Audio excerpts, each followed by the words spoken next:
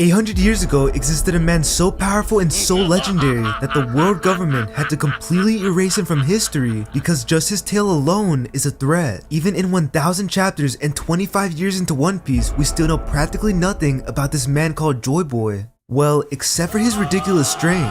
After Luffy awakened Gear 5, we can finally solve just how strong and godly Joy Boy was and will be. And if you think you know the full capabilities of this man, well trust me, there's a lot more to him that you haven't yet realized because it has to do with things Luffy did in the pre-time skip. Let's just say that Joy Boy might be the fourth ancient weapon that was completely erased from history, and if not this, he's at least on par with the ancient weapon's power, which means he's tiers stronger than guys like Roger, Whitebeard, and Kaido. In this video, I'm gonna explain to you in obsessive detail literally everything that Gear 5 Luffy's abilities has done so far, why he's a lot stronger than you think, how Luffy's Devil Fruit has the power of every single Devil Fruit ever, how the Joy Boy from the Void Century used Luffy's fruit and what it has to do with Hanuman, how strong the original Joy Boy was, and lastly, how Luffy and Joy Boy are ancient weapons and how Oda foreshadowed it this whole time. This is the ultimate Luffy Joy Boy video, so I really hope you stay through to the end. And now, without further ado, how strong is Joy Boy really? Well, to start this off, let's first take a look at Joy Boy's physical attributes in his offense. The Gorosei state that awakening the Nika Zone fruit gives Joy Boy's rubbery body greater physical strength and freedom.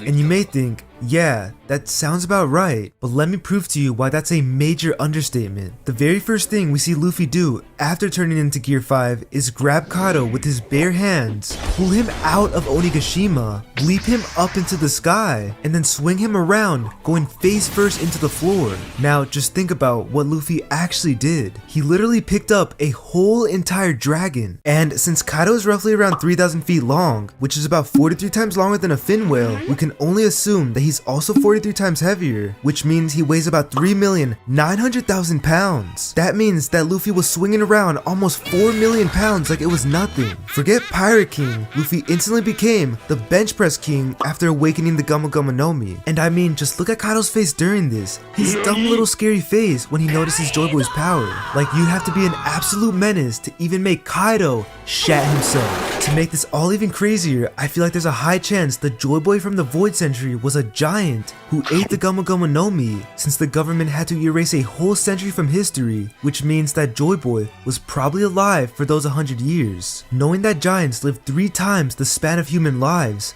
I'd expect Joy Boy to be someone who could live as long of a life. And so if Joy Boy was a giant, and since giants are physically the strongest humanoid creatures in One Piece, that means that the Joy Boy may have been physically stronger than even Luffy. I can't even imagine that being possible, but it might just have been the case. Another redonkulous move that Luffy uses on Kaido is using him as a literal jump rope, and since I already went over how much Kaido actually weighs, you can grasp just how insane this is. Like, let's be honest, can Prime Whitebeard even do this? Does Prime Whitebeard have the physical strength to grab Kaido and use him as a jump rope? I personally don't think so. I don't even think he'd even have a shot at it. I don't even think any Elbaf giant could do such a thing, especially mid-battle. This move alone makes Joy Boy by far the physically strongest humanoid being of all time. Like, god damn. I mean, the only thing stronger than Joy Boy is Joy Boy on Fishman steroids. Even when Luffy fights Lucci, we see just how much of an impact each hit holds when he knocks out an awakened Lucci in only one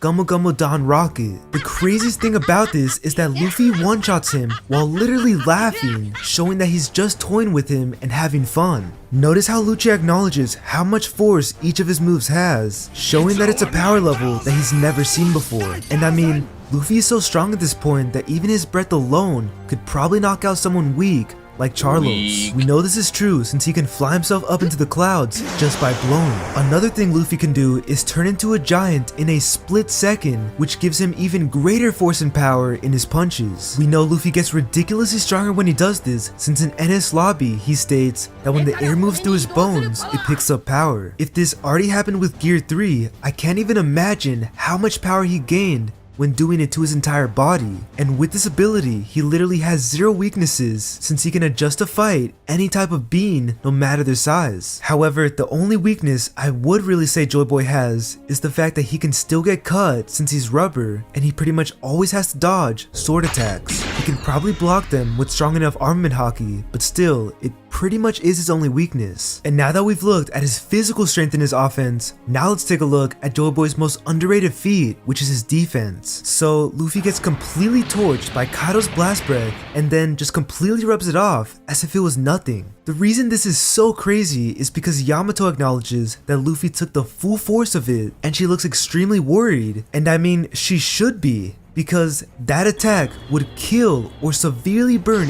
anyone else in the verse if they took it head on without armament haki. I mean, check this out. Luffy took another blast breath straight to the head, got burnt like a crisp again, and the next panel we see him, he's perfectly fine and even has a giant fist blown up. Like, it literally seems Kaido's most destructive move does almost nothing to Joy Boy. This alone proves that while in the awakened state, Joy Boy has arguably the best defense stats of all time, only rivaled by guys like Whitebeard, Kaido, and Big Mom. I'd honestly argue that his defense is even stronger than theirs because Joy Boy can't only tank fire, but he can also continuously tank Advanced Conqueror's haki straight to the face from the supposed strongest creature in the world. Try to keep in mind that these are the same moves that previously killed him, and he's now taking them to the head while telling Kaido, "Isn't this fun?" Joy Boy also has the ability to turn anything, well, almost anything, around him into rubber, and with this, it seems like he can quite literally do anything that he imagines. For example, Kaido shoots a fire breath at him, and then Luffy casually picks the ground out of the ground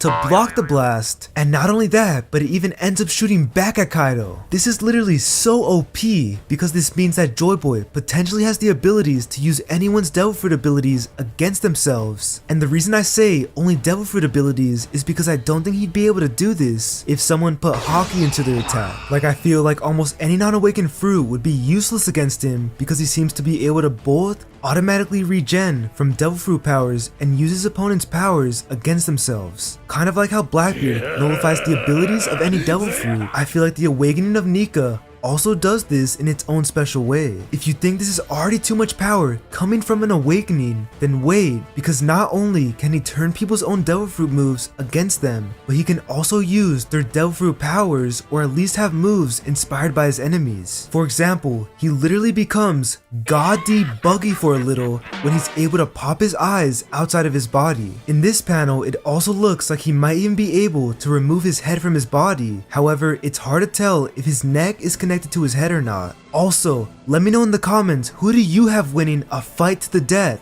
Chibi Buggy or Chibi Luffy? This would be a battle for the ages. Another god Joy Boy replicates for a second is NL when he grabs a piece of lightning and then chucks it at Kaido. He also starts swinging around a different lightning bolt, treating it like a gymnastics pole, and then uses it to fling off towards Kaido. This really makes me wonder, like, if he could do these things, then couldn't he potentially just grab one of NL's moves and throw it back at him? I know rubber is practically lightning's weakness, but that still doesn't really add up as to how Luffy can physically grab a piece of lightning. And with this, I also wonder if this works for other Logias like Kizaru. I swear, if Luffy starts catching Kizaru's light beams and throwing them or bouncing them back at the Marines, I'm gonna lose my shit.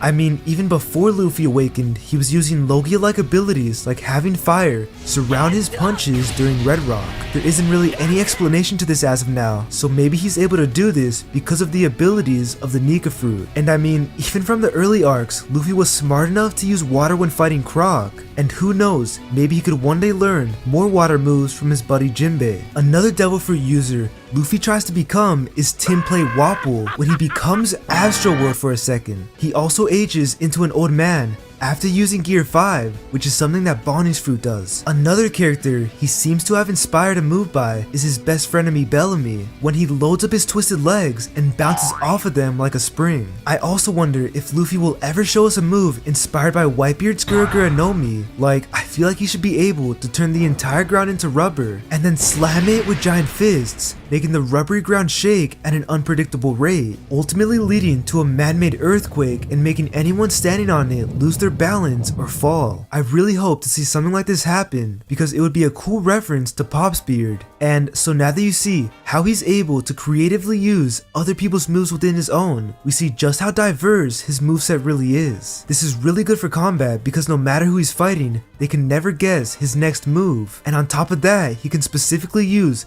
moves that his opponent is weak against. Now, going more deeply into how he seems to be able to turn his surroundings into rubber. This is one of his biggest advantages since the whole battleground is treated like his home turf. No matter where he goes, as long as he turns the ground into rubber, he has the advantage over his opponents. The reason this is such an advantage is because he can use this both in a defensive and offensive way. Defensively, Joy Boy can use the rubber ground to help him not take as much damage as he usually would. And offensively, after diving into the ground, he can bounce back up with more speed than if it were a sturdy ground. We also see him use the ground as an illusion when he uses the move Mole Pistol, and the thing that makes this move so effective is the fact that the enemy can't see it coming unless they use Future Sight. This whole turning surroundings into rubber thing is cool and all, but in my opinion, it's not even close to turning actual enemies into rubber. Joy Boy doing this to his enemies must be so trippy for them, since they probably have the same inner reaction as Luffy did when he first ate the Gumma Gumma no Mi. With this,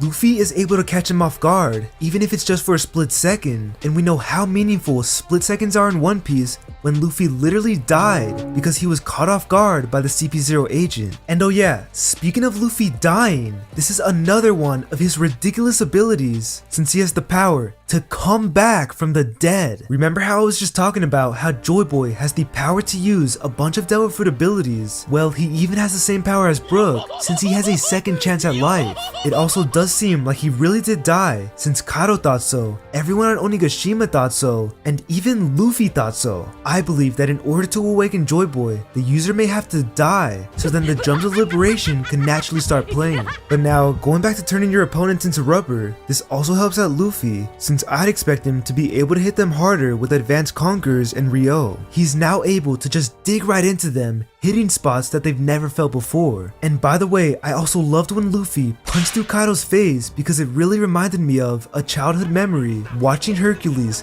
punching Hades' face after finally becoming a god, just like Luffy. And with everything that Luffy can do now, my favorite new ability from his awakening is his move called Gumma Gumma no. Like and subscribe, where he forces you to like the video and sub to the channel. Make sure you subscribe because I have a huge dragon theory coming out that has to do with the One Piece treasure, and I also think I figured out some crazy things on Shanks. If you subscribed, well, thank you. It truly means a lot. And so now that I've explained pretty much everything that Luffy Joy Boy can do, I now want to explain how the Joy Boy from the Void Century probably fought a bit differently. Before we get into how he fought, let me first state that Joy Boy seems to have one of the strongest wills of all time. The Joy Boy from the past had to have had ridiculous Conquerors Haki and other Haki abilities, since, like I said before, he may have fought in wars for a whole century, or at least for multiple decades, which means that he probably reached Haki abilities that no other man has reached. Remember, Ray Lee tells us that the real advancement in Haki happens during extreme use in battle, and the stronger the foes you face with this power, the stronger you'll become with it. And so now, if Joy Boy fought countless foes with this power, considering that he probably fought the Gorosei of the time, Emu, and an army of celestial dragons, we could only assume that his Haki was off the charts, only rivaled by guys like Roger. Like, holy cow, he must have been strong, or should I say, holy goat,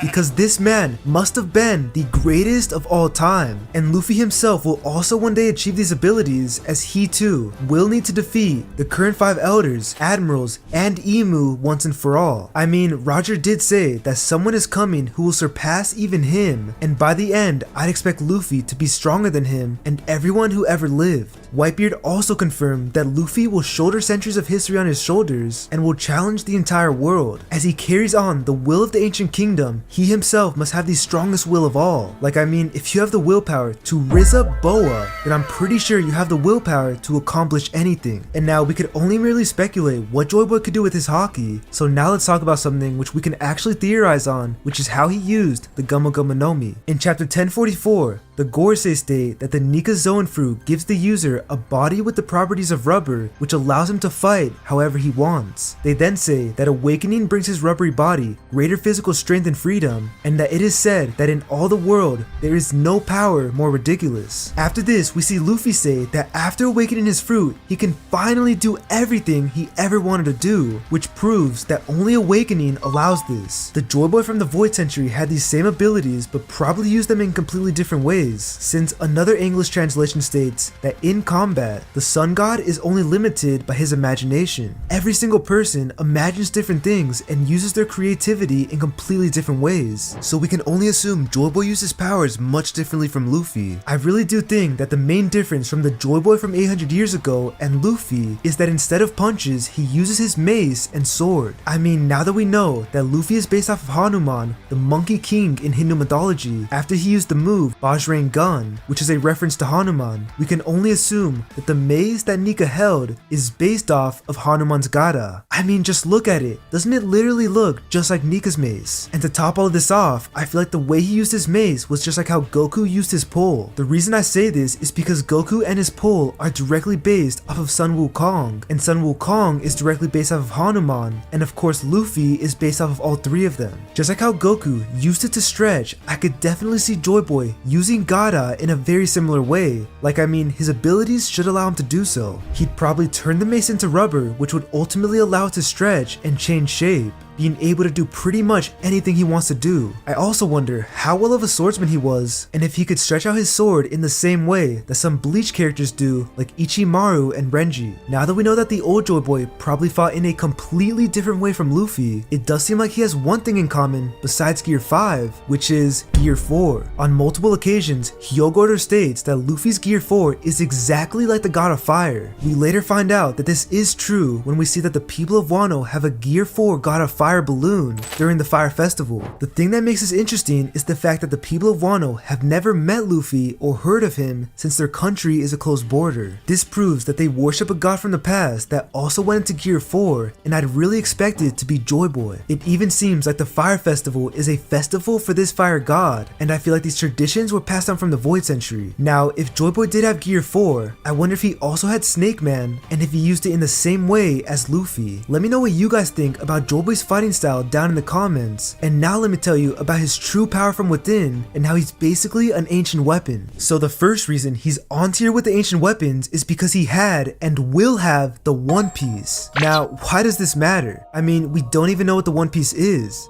right? Well, yeah, true, but just because we don't know what it is doesn't mean Oda hasn't told us what it's capable of doing. In chapter 576, right before his death, the legendary Whitebeard quotes that when someone finds that treasure, the whole world will be turned upside down. Considering that Whitebeard already predicted the Great War that is taking place in the story right now, we can only assume that what he said about the One Piece is true. I mean, Roger did tell him specifically what it is, so if any non-Roger crew member were to know what the treasure could do to the world, it'd be Whitebeard. And now you may think, well, couldn't he have just been talking about the Void Century history that you learn about at Laugh Tale? Couldn't that information turn the whole world upside down? Well, no, actually. I mean, think about it. Even if the Void Century info that's at Laugh Tale completely exposes the Celestial Dragons, who's actually gonna believe it? I mean, people don't believe in the City of Gold, and they also definitely wouldn't believe a bunch of pirate hoodlums that are causing chaos throughout the world. Sure, some nations will believe Luffy and Robin, but not the whole world, which is what Whitebeard stated. Now, knowing this, I'd assume that there's something at Laugh Tale that only Joy Boy could use to defeat the Celestial Dragons. I honestly don't want to speculate here on what that treasure is, and let me know in the comments what you think it could be, but whatever it was, if Joy Boy is the only one who's capable of using the One Piece, then that'd make him,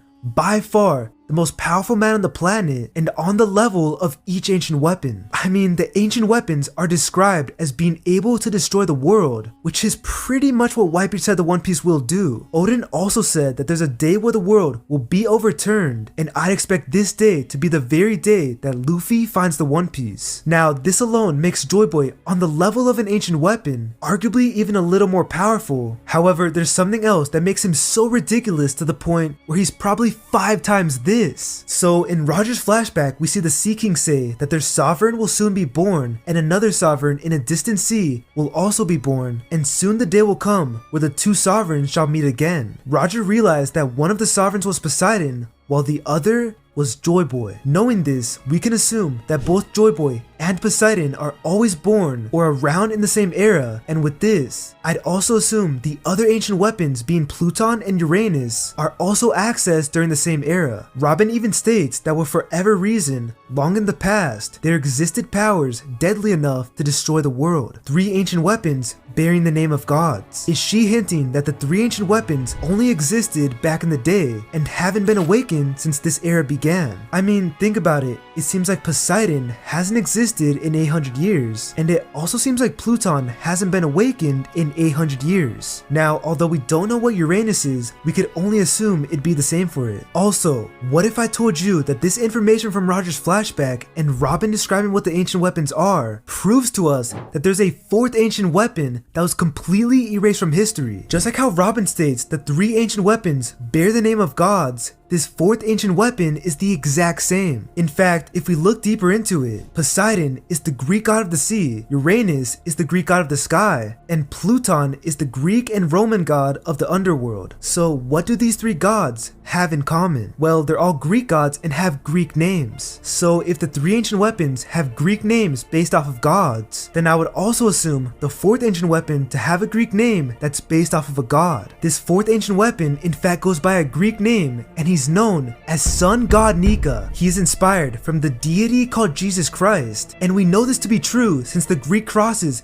have the name Nika on them. All these letters in the Greek language read Jesus Christ conquers, and Nika by itself means conquers. Isn't this just like how Luffy the Sun God will have to conquer all of his enemies with Conquer's Haki in order to become Pirate King? Now, if you thought this was a stretch, then wait, there's even more on what the name Nika means. Another meaning to the word in the Greek language is the bringer of victory, which is exactly what Luffy is. The Russian meaning is born on Sunday, which is the day of the sun, kind of like the sun god Nika, and it's also the day where followers of Jesus worship. The Latin meaning of Nika is belonging to the Lord, and more specifically, the Lord Jesus Christ, since that's who Latin speakers typically worship. The Slavic meaning is belongs to God, and yet again, it's more specifically belonging to their god Jesus. So as you can see, the name for the sun god Nika seems like it could have been inspired from Jesus, while also being inspired by the word Nika in Japanese, which means to laugh or smile. Just like how Jesus rose from the dead in Revelations to defeat the dragon called the devil or the beast, Joy Boy also returned in a similar fashion, defeating a dragon called a beast or a devil since Kaido's an Oni. Also remember that the sun god Nika seems to only be awakened every 800 years, just like the ancient weapons Poseidon and Pluton, which may also be a hint to him being an ancient weapon himself, or at least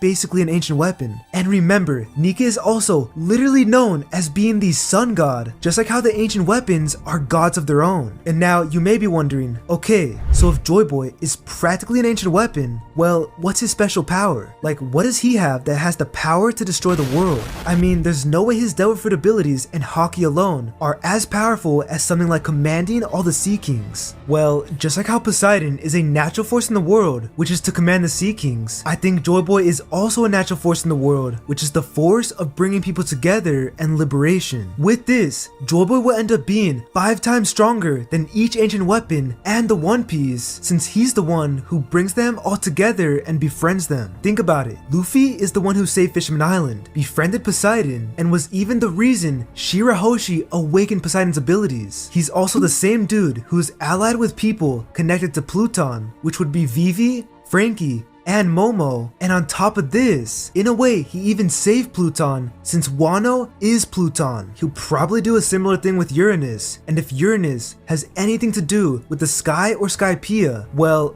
Luffy already saved them too. At the end of the day, Luffy will be the one in charge of the One Piece and the 3 ancient weapons, since whatever he does in the final war, the other 3 will just follow. I believe that Joy Boy is the one who truly has the power to destroy the world, since with these 5 things combined, they should have the power to destroy the whole Red Line, which is what many people believe will happen at the end, and is what I believe what Oda meant by the power to destroy the world. Also, what if I told you that this power of Joy Boy to bring everyone together was foreshadowed since the pre-time skip? Back in Marineford, Mihawk said that it's no skill or technique, but the simple ability to turn those around him into his allies. I would call that the most dangerous ability in this entire ocean, after he saw countless of people help out Luffy. Notice how he states it's not a skill or technique, but a natural ability, and isn't this kind of like an ancient weapon? I mean, isn't Shirahoshi's power an ability and not a skill or technique? This very ability of Luffy may be the ability of Joy Boy, and this truly does make him the most dangerous man in the sea, since he can turn anyone, even his enemies, on his side. Luffy is the only one that will bring marines, pirates, slaves, kingdoms, and even revolutionary criminals together. I mean, every arc it seems like he helps out someone who is supposed to be an enemy but ends up being an ally when he helps Kobe, Law, Smoker, Buggy, and even Croc. Like even now, Bonnie isn't really supposed to be the Straw Hat's ally, but she'll probably end up as that since Luffy is slowly befriending her. I mean, if the dude can get Zoro and Sanji to be on the same crew together, then I'm pretty sure he can be the link to anyone being friends. Like Luffy is literally the definition of that one friend who keeps the group together or who gets the whole group to get along. I mean, Luffy somehow even got the Shandians and Skypeans to make up after 400 years of war, so maybe he and he only could also make pirates and marines make peace after 800 years of war. In my opinion, the most impactful relationship he'll bring together is gonna be the fishmen with the humans, since after 800 years of hardcore racism, this relationship will definitely mean the most. Another power of Joy Boy seems to be what Who's Who and the Five Elders described. Who's Who says that during the Void Century, slaves would pray to a legendary warrior who would one day free them. The Five Elders also confirm that the Sun God Nika is the warrior of liberation, which proves that he naturally frees and liberates people. We've seen this done countless of times, for example, when Luffy liberates the people of Wano from Kaido and Orochi's reign, liberates the people of Dressrosa from their false happiness and Celestial Dragon ruler, frees Kokoyasi village from Arlong, freed Alabasta from their made-up war, and of course, when he literally freed prisoners from Impel Down. It almost seems as if freeing the world was always his job due to the fate that he received after eating the Gama Gama no Mi. He also of course won't stop here, as he still needs to free the world and the slaves of the world from the Celestial Dragon's empire. And I even think that freeing or liberating the entire world could also be interpreted as one of the powers to flip the world upside down, since the current world isn't free or liberated, and doing such a thing would be the exact opposite. Another power that Who's Who brought up was that these slaves also said that Nika would bring smiles to their faces and deliver them from suffering. This perfectly corresponds with another thing the Five Elders said, which is that Nika brings smiles to the faces of the people. This is one of the most ridiculous powers because he literally makes people happy, and with this, he can make anyone his ally or someone that roots for him. I mean, without Luffy being this true self, Robin would have most likely died a very sad death, and that would have changed the course of fate in the world, since it would have made it very hard for anyone to find the One Piece and to solve the Void Century. Because of Luffy's strong will and positive mentality, he even made Robin say, on top of all of this, not only can Luffy make people smile by making them happy, but one of the most underrated things Nika can do is make people around him laugh. I mean, he's even made the least laughable person of all time laugh, Zoro. This trait is so underrated because if he can make his enemies around him laugh, then it automatically makes them somewhat like him and be friendly with him. Like, imagine if you're doing what's supposed to be an intense competitive battle with someone, whether it be a sport, game, or even fight, yet the whole time they're acting hilarious. This would make most people lose their focus except for those with the strongest wills. Luffy's goofy fighting style makes people feel as though he's playing around, and then they don't take him very serious even though Luffy's actually trying his hardest to defeat them. Once Luffy gets a bunch of people on his side, this isn't only powerful because of their sheer numbers, but on top of being able to get people to get along, Luffy also gives his allies hope, even when there's a 0% chance of winning. A continuous theme in One Piece is for the Straw Hats to simply believe in their captain no matter the circumstances. Over time, we see how they've gained a trust so strong because they've seen him perform little miracles over and over and over again. When Luffy supposedly dies, Kaido even states that the cost of their defeat, or more specifically, Luffy's defeat, is their hope and freedom. He says that he's gonna make everyone and their wives and children a slave until they die. This is a parallel with the World Nobles and Joy Boy, since Kaido, a literal dragon, is planning on slaving people just like the Celestial Dragons, while Luffy or Joy Boy is the one who gave them hope and ultimately ended up freeing them. We also see that Luffy was literally named the Warrior of Hope in Thriller Bark, when he was the only hope that the people had to be free from Moria's shadow powers and free to see the sun. Being the embodiment of liberation, every time someone has wished for freedom, they hope for Nika or Joy Boy. As I already stated, A lot of people even hope for him specifically to save them, and even Vegapunk says